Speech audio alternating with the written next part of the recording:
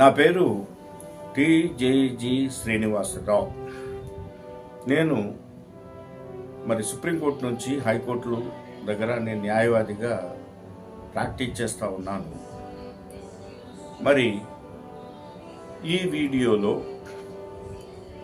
నేను చెప్పదలుచుకున్న మర్మం ఏమిటంటే, రాధా మనోహర్ దాస్ గారు బైబిల్ ఒక బూతు అని నిజమే పలికితిరి. ఆ బూతులో నుండి రక్షించడమే బైబిల్ యొక్క ఉద్దేశం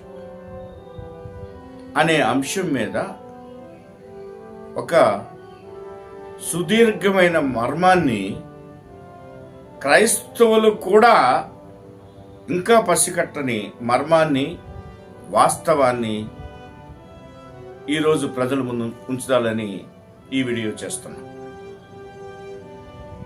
రాధా మనోహర్ దాస్ గారు, మీరు నిజమే పలికితిరి,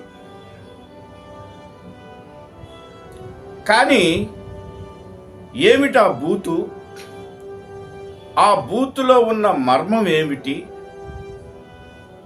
ఆ బూతు నుండి బైబిల్ ఎలా రక్షించబడుతుంది ప్రజల్ని అనే అంశం మీద మనం ఒక్కసారి మీరు ఆత్మీయ జ్ఞానంతో ఆలోచన చేయండి. బూతులేందే మనం ఈ లోకంలోకి రావడం కష్టం. బూతులు గురించి చాలా డెప్త్ అయిన విషయాన్ని తెలుసుకుందాం. రాధా మనోహర్ దాస్ గారు, మీ అమ్మగారు, మీ నాన్నగారు బూతు అనే పదాన్ని ఆయన ప్రాక్టికల్గా చేస్తేనే మీరు పుట్టారు. నేను కూడా అంతే. నేను కూడా మా అమ్మ, మా నాన్న బూతు చేస్తేనే నేను పుట్టాను. బూతు లేకుండా మనుషులు ఈ లోకంలో పుట్టరు.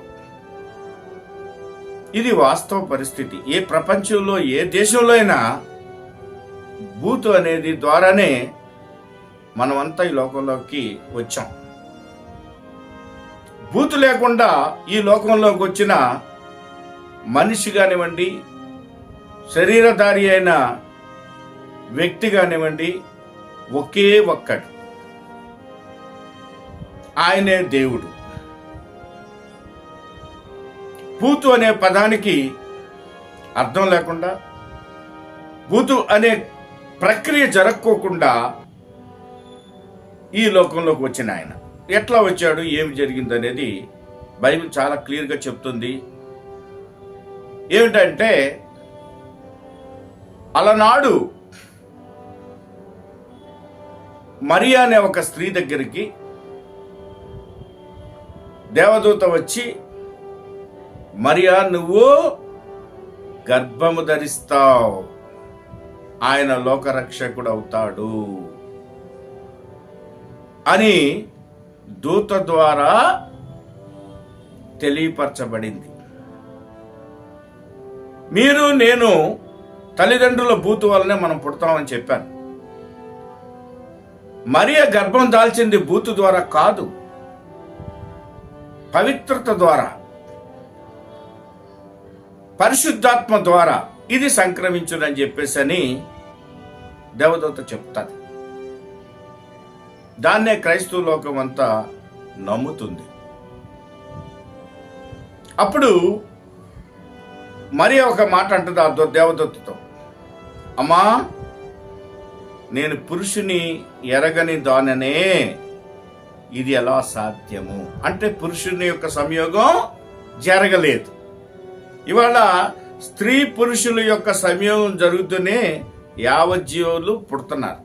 మనుషులు పుట్టనివ్వండి, జంతువులు పుట్టనివ్వండి, పక్షులు పుట్టనివ్వండి, లేకపోతే ఏదైనా సరే ఒక ప్రాణము కలిగిన జీవి ఈ లోకంలో పుట్టాలంటే కంపల్సరీ బూతు అనేది అవసరం. కాబట్టి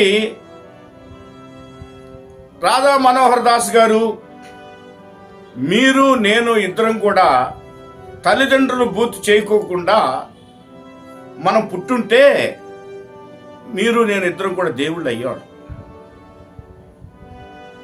కాబట్టి మనల్ని కూడా ఈ ప్రజలంతా కూడా దేవుళ్ళుగా ఆరాధించేవాడు. కాబట్టి ప్రపంచములోని క్రైస్తవులందరూ, అన్ని దేశాల వాళ్ళు క్రీస్తుని నమ్మేవారు ఆ బూతు అనే ప్రక్రియ లేకుండా ఒక కన్యా మరియ గర్భమున పుట్టాడనే దేవుడిగా నమ్మి ఆచరిస్తున్నారు. కాబట్టి నేను చెప్పదలుచుకుంది ఏంటంటే, బైబిల్లో ఉన్న మర్మం అదే. ఆత్మీయ జ్ఞానముతో తెలుసుకుంటే అది విదితమవుతుంది. అయితే బైబిల్ని బూతు అంటున్నారు మీరు. బైబిల్ పైన ఏమైనా రాయబడి ఉంటుందంటే పరిశుద్ధ గ్రంథము అని రాయబడి ఉంటుంది. దానిలో ఏమి పరిశుద్ధత ఉందనేది మనము తెలుసుకోవాల్సిన అవసరత ఎంతైనా ఉంది. ఇంగ్లీష్లో హోలీ బైబిల్. పరిశుద్ధ అనే మాట బైబిల్కి తప్ప మరి ఏ గ్రంథానికి కూడా రాయబడి లేదు ఈ ప్రపంచంలో. కాబట్టి ఈ యొక్క పరిశుద్ధత అనే మాట, మరి పరిశుద్ధ దేవాలయం, మరి హోలీ ల్యాండ్ పరిశుద్ధ పట్టణం, పరిశుద్ధ గ్రంథం, పరిశుద్ధమైన వారం అని ఈ పరిశుద్ధత అనే మాట బైబిల్ నుంచి వచ్చింది. దాన్ని పట్టుకొని మీరు అపవిత్రమైనది అని మాట్లాడుతున్నారు. అదేవిధంగా బూతు అని కూడా అంటున్నారు. ఇదేమి న్యాయం అండి? మీరు జాగ్రత్తగా ఒక్కసారి బైబిల్ని జాగ్రత్తగా చదవండి. అయితే బూతులు అనే విషయంలోకి వచ్చేటప్పటికి ఈ విధంగా జరుగుతుంది, దానిలో నుంచి మీరు బయటపడాలనే అంశాన్ని మాత్రమే బైబిల్ బోధిస్తుంది. మీరు బూతు దగ్గర ఆగిపోతున్నారు. ఆ బూతు నుంచి బయటపడే విధానాన్ని, మీ యొక్క ఆత్మ రక్షించబడే విధానాన్ని చెప్పే ఏకైక గ్రంథమే బైబిల్. అందుకే దాన్ని పరిశుద్ధ గ్రంథము అని అన్నారు. అందుకని ఈ యొక్క బూతు అనే పదాన్ని మీరు ఒక్కసారి మరి విచక్షణతో చూడండి. మన తల్లిదండ్రులు ఇలాంతా చేసిన, అందుకని మనం పుట్టుకతోనే పాపులమని, ఆ పాప క్రియ వల్లనే మన జన్మ రహస్యం, దాని నుంచి విడుదల పొందాలంటే ఒక పవిత్రమైన వ్యక్తి శరీరధార రక్తం కాచాలని మరి అన్ని గ్రంథాలు చెప్తున్నాయి. అది చేసింది యేసుక్రీస్తు ప్రభువారే. నేను 6 సార్లు మరి ఇజ్రాయెల్ దేశం వెళ్ళినప్పుడు అక్కడ ఉన్న వారందరిని అడిగాను, ఏంటంటే ఎవరు కూడా యేసు ప్రభుని వేలెత్తి చూపించి ఆయన అపవిత్రుడని గాని, బూతు పనులు చేశాడని గాని ఆయన జీవితంలో ఎక్కడ చూపించడానికి అవకాశం లేదు. అదేవిధంగా ఆయన సిలువ వేయబడ్డ గల కారణం కూడా క్లారిటీతో రాయబడి ఉన్నది. దాని గురించి అనేక మంది సైంటిస్టులు, అన్ని రకాల శాస్త్రజ్ఞులు అధ్యయనం చేసి దాన్ని ప్రపంచవ్యాప్తంగానే హోలీ బైబిల్గా, మరి యొక్క బైబిల్ గ్రంథాన్ని పరిశుద్ధ గ్రంథంగా, పవిత్రమైనదిగా తీర్చిదిద్దబడింది. అది మీరు మరి గమనించవలసిన అవసరత ఎంతైనా ఉంది. కాబట్టి ఒక్కసారి ఆ పరిశుద్ధ గ్రంథాన్ని, బైబిల్ని మీరు మరి చదివే విధానంలో మీరు ఆ బూతు అనే దాన్ని నేను చెప్తున్నాను, మీరు ఏదో ఒక చిన్న ముక్క తీసుకుని వచ్చి దాంట్లో నుంచి మీరు బయటపడాలి అనే అంశం మీద రాస్తే ఆన్ని పెద్ద చేసి ఇది ఉంది అది ఉందని చెప్పేసి మీరు చెప్తా ఉన్నారు. అది కరెక్ట్ కాదేమోనండి. రాధా మనోహర్ దాస్ గారు, మీరు ఈ వీడియో చూడండి, బైబిల్ని చదవండి, మరి మీ యొక్క ఆత్మీయ నేత్రంతో ఒకసారి చూడండి.